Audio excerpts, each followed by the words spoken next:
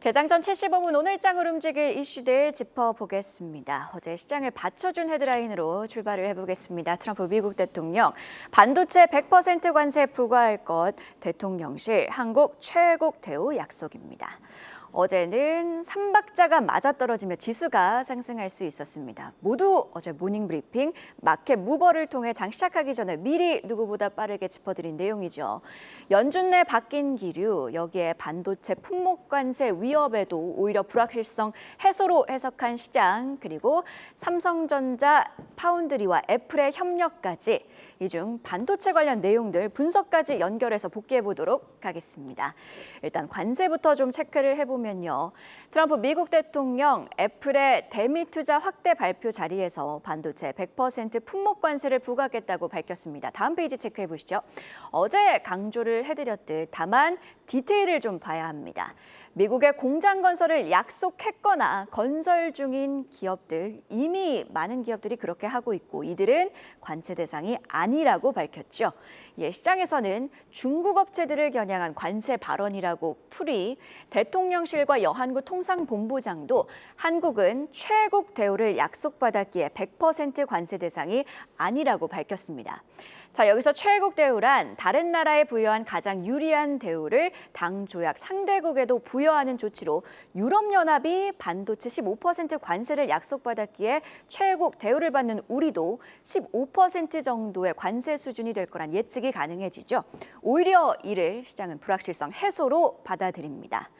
자, 그리고 삼성전자, 파운드리 수주 낭보, 애플이 대미 투자 규모를 확대한 가운데 공식 사이트를 통해 삼성전자, 파운드리 협력을 언급을 했습니다. 삼성전자 오스틴 파운드리 공장과의 협력을 시장에서는 이미지 센서와 관련된 내용으로 추측을 하고 있는데요. 여기서 이미지 센서란 카메라 렌즈로 들어온 빛을 디지털 신호로 변환해서 사진이나 영상으로 만드는 반도체 부품인데요. 이번 협력 소식의 체크 포인트는요. 일단 이르면 내년 양산을 시작할 것으로 보인다는 점과 그간에는 이미지 센서를 소니가 애플에 거의 독점 납품했는데 이 구도를 깼다는 겁니다. 관련해서 한국투자증권은요. 아이폰에는 보시듯이 프로 기준 후면에 3개, 전면에 1개, 총 4개의 이미지 센서가 탑재가 되는데 삼성전자는 후면 1개를 담당할 것으로 전망을 했고요. JP모간은요. 월 만장 생산 라인의 가동률 90%를 기준으로 좀 예상을 해본다면 연간 기준 7억 5천만 달러 이상의 매출이 발생한다며 회계연도 2027년도 삼성전자 LSI 파운드리 부분 매출의 3%에 해당하는 수익성 있는 사업으로 평가를 하기도 했습니다. 테슬라에 이어 애플까지 삼성 파운드리 회복 신호탄, 이에 삼성전자 7만 전자를 다시 회복했죠. 이와 함께 향후 밑단 소부장주들도 수혜를 이어갈 수 있을지가 향후의 관전 포인트입니다. 계속해서 주시를 해보시죠. 자, 그럼 오늘 시장을 움직일 마켓 무버도 확인을 해봐야겠죠. 지수 전반의 분위기, 오늘도 미국발 뉴스들 주목을 해야겠는데요. 일단 앞서 짚어본 반도체 관세와 관련해서 러트닉 상무부 장관도 공식적으로 미국에서 공장을 짓는 기업들은 관세 면제라고 밝혔습니다. 어제 반응을 좀 하긴 했습니다만 반도체 투톱이 안도감을 추가적으로 가져간다면 지수 자체는 오늘도 하방 지지를 받을 수가 있겠죠. 또 한 가지 환율 주시하셔야겠습니다. 앞서 글로벌 이슈로도 좀 짚어봤듯 쿠글러 연준 이사 후임으로 관세 정책 옹호자이자 강달러 해소를 강조한 미란 보고서에 스티브 미란 백악관 경제자문위원장이 지명이 됐습니다. 미국장 마감 직전에 이 뉴스가 나왔고 이에 달러가 약세를 보였던 만큼 달러 약세가 다시 시장의 키워드로 떠오를지, 그렇다면 원달러 환율 하락에 외국인 수급도 계속해서 긍정적으로 시장에 유입이 될지 함께 확인을 해보고요. 섹터별로는요. 트럼프 미국 대통령 시장 예상대로 401k 퇴직연금 투자에 대체 자산을 허용하는 행정명령에 서명을 했습니다. 대체 자산에는요, 디지털 자산도 포함이 됐고요. 이에 비트코인도 11만 7천 달러 선을 회복했습니다. 테마성 움직임 속에서 소위 비트코인, 가상자산 관련주 개장 이후의 반응 함께 확인을 해보고요. 이와 함께 오늘 시장에서 주목을 받을 가능성이 있는 섹터, 바로 비만 치료 섹터죠. 어젯밤부터 좀 화제가 됐던 내용인데 일라이릴리의 경구용 비만 치료제 임상 소식입니다. 72주간의 체중 감소율이 예상보다는 저조한 수준으로 나왔고 이에 간밤에는 일라이릴리 미국 증시에서 14%나 하락. 이 임상 결과 자체는 후발 경구용 비만 치료제와 장기 지속형 주사제 기업들에게도 기회가 있다는 뜻으로 시장 포지셔닝, 즉 지위 자체 강화를 의미하기도 합니다. 국내 경구용 그리고 한미약품 대웅제약, 펩트론 등 장기 지속형 주사 관련주들의 반응도 개장 직후 함께 확인해 보시죠. 자, 이렇게 오늘은 섹터를 강조한 이유, 요즘 시장 흐름 자체가 강한 종목, 섹터 장세에 있기 때문인데요.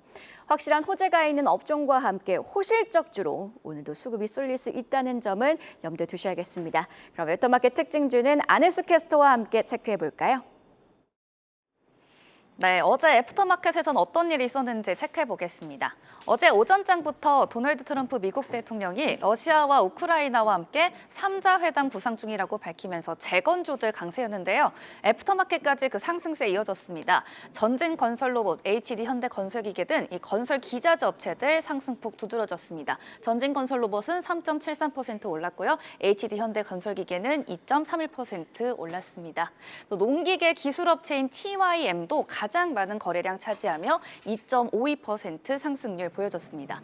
그 외엔 해외 원전 진출 소식 알렸던 한미글로벌이 이틀 연속 강세였습니다. 2.21% 상승했고요. 화장품주 메인마켓에서 잘 갔죠. 달바글로벌도 애프터마켓까지 상승세 이어졌습니다. 2.54% 상승률 보여줬습니다. 코스닥 상승률 상위도 역시 재건주들이 장악했습니다. SY스틸텍 메인마켓에서 10%대 급등했는데 애프터마켓에서 15%나 더 올라줬습니다. 잠시 뒤에 특징주로 자세히 짚어보도록 하고요. 대동기어도 6.74% 올라줬습니다. 네, 코스피 시장보다 상승폭이 재건주는 더 컸습니다. D&D 파마텍도 5.78% 올랐고요. 2분기 흑자전환 성동한 식템도 5%대 상승률 보여줬습니다. 네, 일단 종전 기대감 나오면 이 기업 늘 주목받습니다. 콘크리트 컴프카로 유명한 전진건설 로봇인데요. 어제 상승세 저녁까지 이어지면서 3.74% 상승, 시초가 대비해서는 8% 넘게 올랐습니다. 우크라이나 정부와 세계은행이 함께 추산한 재건 총 비용은 4,100억 달러, 우리 돈으로 534조 원이 넘는데요. 건축할 때 필요한 CPC, 그러니까 콘크리트 펌프카의 세계적인 시장 지배력을 자랑하는 전진건설 로봇 이 주목받고 있습니다. 유진투자증권은 목표가 상향 리포트 냈고요. 또 우크라이나 재건 모멘텀 전에도 국내 CPC 시장 지배력이 올해 3월 말 59%까지 상승했고 북미 시장에도 지난해 말 27.5%까지 오르며 실적 성장을 이어가고 있는 기업이라는 점 투자에 참고해 보시죠. 어제 저녁에 나온 여론조사 기관 갤럽의 발표가 눈에 띄는데요. 우크라이나에 거주하는 주민 1,000여 명을 대상으로 설문조사를 실시했더니 응답자의 69%가 가능한 빨리 전쟁 종식을 위한 협상을 추진해야 한다고 답했다고 합니다. 2022년에 22%였던 걸 비교하면 확실히 여론이 바뀐 것으로 알 수 있는데요. 재건 기대감에 코스닥 시장에선 SY스틸텍이 메인마켓에서 10% 급등, 저녁엔 15%나 더 올라서 어제만 시초가 대비 26% 상승했습니다. 건축 자재인 데크폴레이트를 제조 공급하는 철강 기업으로 최근에는 태양광 설비 및 층간 차음제 등으로 사업을 다각화하면서 건축과 리모델링 수요 대응해 왔습니다.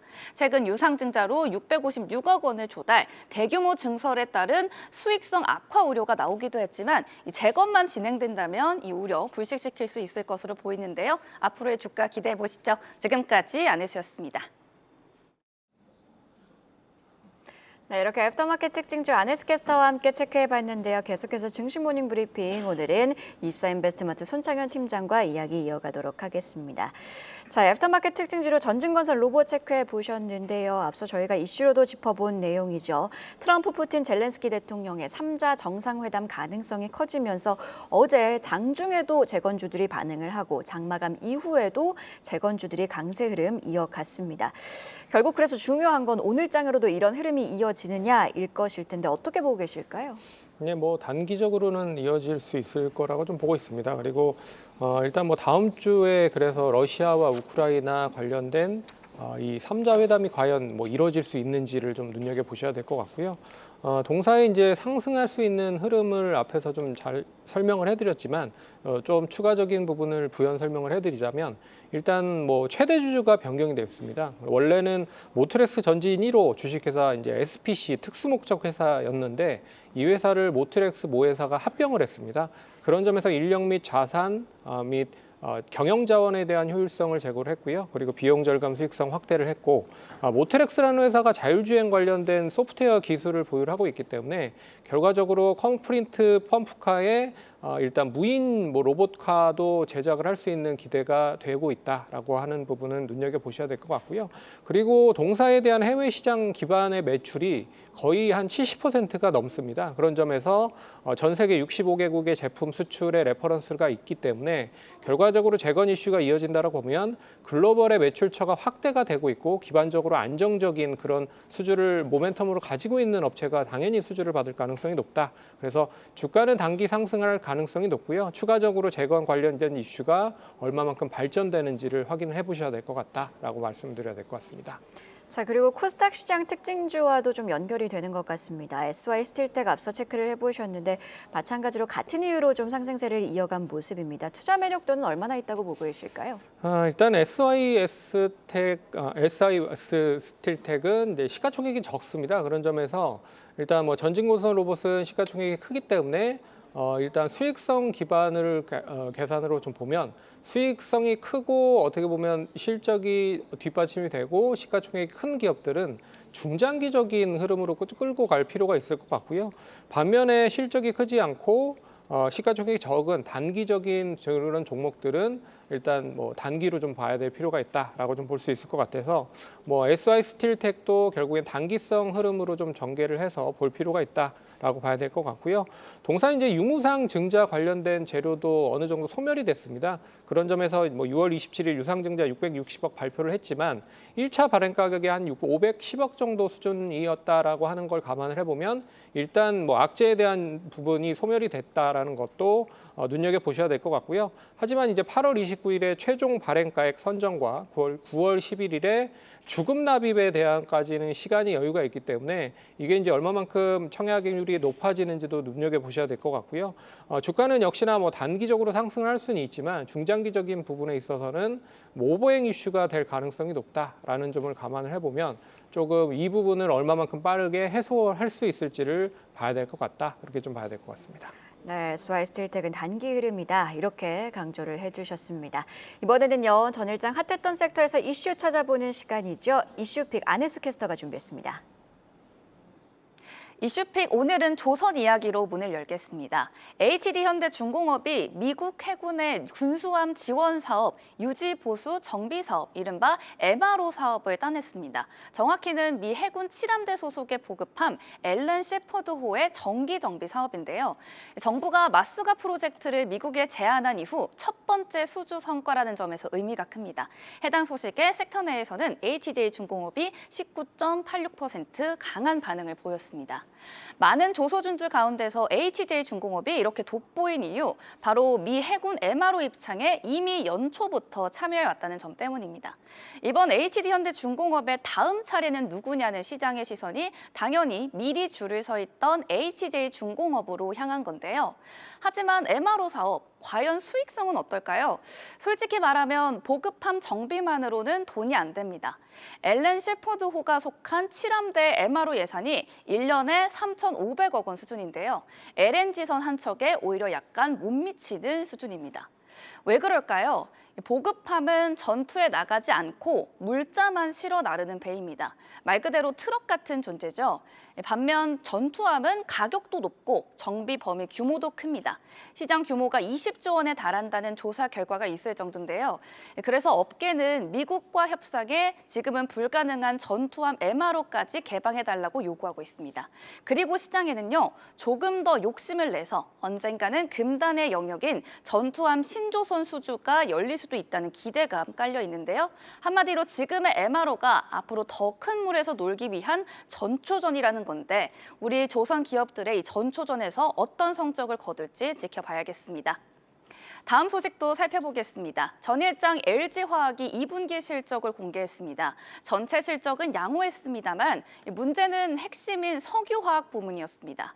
영업 손실은 904억 원을 기록했는데 지난해 같은 기간 400억 원이 넘는 흑자를 기록했던 걸 감안하면 실적이 크게 악화된 겁니다. 문제의 핵심은 중국발 공급 과잉입니다. 제품은 넘쳐나는데 이 수요는 줄어든 수급 불균형이 고착화된 겁니다. 여기에는 미국 관세 분쟁, 또 중동 리스크, 전기차 보조금 조기 종료 등 국제 정세 불안 요인까지 겹쳤는데요. 전문가들 사이에서는 전반적인 석유화학 업황이 여전히 침체 국면에 머물고 있다는 평가가 나오고 있습니다. 더 자세한 전망은 이어지는 분석에서 살펴보시죠. 지금까지 안혜수였습니다. 이슈픽 하나씩 분석해 보도록 하겠습니다. 먼저 조선 관련 내용부터 체크를 해보도록 할 텐데요. LC 현대중공업이 미국 해군함 MRO 사업 수주에 성공을 했습니다. 어제 이 소식도 긍정적으로 작용을 했고 또 한미 정상회담이 아마 25일에 진행이 될 것이라는 그런 뉴스들도 조선주에는 좀 훈풍으로 작용한 모습인데요. 일단 LC 현대중공업 구체적인 내용부터 체크를 해볼까요? 네, HD 현대중공업 이제 미 해군 칠함대 소속 4만 1,000톤급 화물 보급함의 정비 사업 수주를 받았습니다. 그런 점에서 이제 하나오션에 이어서 두 번째로 MRO 사업에 수주를 받았다라고 하는 건 의미가 있다라고 좀 볼 수 있을 것 같고요. 미 해군 함정이 80%가 2010년 이전에 건조된 회사, 그러니까 선박들이기 때문에 일단 MRO 수요가 계속적으로 확대될 가능성이 높을 것 같습니다. 그리고 연간 MRO 시장의 규모가 한 20조 정도 된다라고 해요. 그런 점에서 일단 우리나라 조선사들이 계속적으로 침투할 수 있는 기회가 될 수 있다라고 좀 보고 있고, 일단 HD 현대중공업의 밸류체인을 보시면 선박 쪽에 HD 현대중공업과 HD 한국조선해양이 있고요. 그리고 엔진에 HD 현대마린 엔진, 크레인의 현대임스, 그리고 유지보수 관리에 HD 현대마린 솔루션이 있기 때문에 이 관련된 종목들에 대한 흐름들 좀 잘 눈여겨 보시면 좋을 것 같고요. 그리고 다음 주 25일에 한미 정상회담이 있습니다. 그래서 이재명 대통령과 트럼프 대통령이 일단 우리나라 3,500만 달러 중에 1,500만 달러를 일단 조선 관련된 펀드의 운용 계획을 구체화를 할 수 있다라는 부분으로 보셔야 될 것 같고요. 그런 점에서 조선소 건설을 앞으로 어떻게 할지, 그리고 선박 건조를 어떻게 할지와 유지보수 관리와 인력 구체적으로 어떻게 할지를 좀 명확하게 이야기를 할 수 있지 않을까라고 보고 있습니다. 그래서 조선 관련된 종목들은 단기적인 수급에 대한 손바뀜이 있더라고 하더라도 중장기적인 관심은 여전히 좀 필요하다라고 봐야 될 것 같습니다. 조선주 중장기적인 관심은 유효하다 이렇게 강조를 해주셨고요. LG화학 2분기 실적도 함께 확인을 해보도록 하겠습니다. 전체 영업이익은 전년 대비 21.5% 오르면서 수익성은 개선이 됐지만 석유화학 부분은 영업 손실이 지속이 되면서 업계 전반에 대한 침체 우려를 좀 키우고 있는 듯한 모습인데요. 내용 자세히 짚어주시죠. 네, 일단 그 다양한 사업부 중에 이제 배터리 관련된 사업이 양호한 실적을 냈어요. 뭐 자회사 LG에너지 솔루션에 대한 실적이 견조했기 때문에, 근데 이 부분을 빼면 결국에는 석유화학에 대한 매출이 얼마만큼 증가가 되는지를 확인을 해봐야 될 것 같은데, 일단 적자로 좀 판명이 났죠. 그런 점에서 다른 사업들을 다 합쳐보면 결국엔 자회사 빼면은 실적이 나오는 업체들이 그렇게 많지는 않다라고 좀 봐야 될 것 같습니다. 그리고 이제 생명과학분의 에스테틱 사업을 매각을 해요. 그리고 LG화학이 가지고 있는 이제 생명사업 과학 사업부에서 일단 필러나 스킨 부스터 등을 이제 보유를 하고 있는 그런 부분입니다. 그런데 이 부분을 2천억의 VIG 파트너스에 매각을 하기 때문에 일단 뭐 재무적인 건전성을 조금 더 확대를 하고 있는 그런 모습이다라고 보시면 될 것 같고요. 향후에 LG에너지 솔루션에 대한 지분 매각도 확인을 해봐야 될 것 같아요. 그래서 중국발 공급 과잉으로 석유화학이 감산이 계속되고 있긴 하지만 그래도 동사는 2조 8천억에 대한 설비 투자 재원 계속 필요하고요. 그런 점에서 LG에너지 솔루션 82% 중에 한 뭐 어제자 기준으로 봤을 때 10%만 매도한다라고 해도 한 9조에 대한 재원을 만들 수 있는 상황입니다. 그런 점에서 일단 주가는 단기적으로 바닥을 어느 정도 하긴 했지만 추가적인 모멘텀을 만들기 위해서는 역시나 실적에 대한 부양을 얼마만큼 석유화학에서 해주는지를 확인해 봐야 될 것 같고요. 그리고 중장기적인 LG에너지솔루션의 실적 턴어라운드가 본격화된다라고 하면 LG화학도 같이 상승할 수 있지 않을까라고 좀 보고 있어서 만약에 단기적으로 하락을 한다라고 해도 좀 제한적일 가능성이 높을 것이다라고 봐야 될 것 같습니다.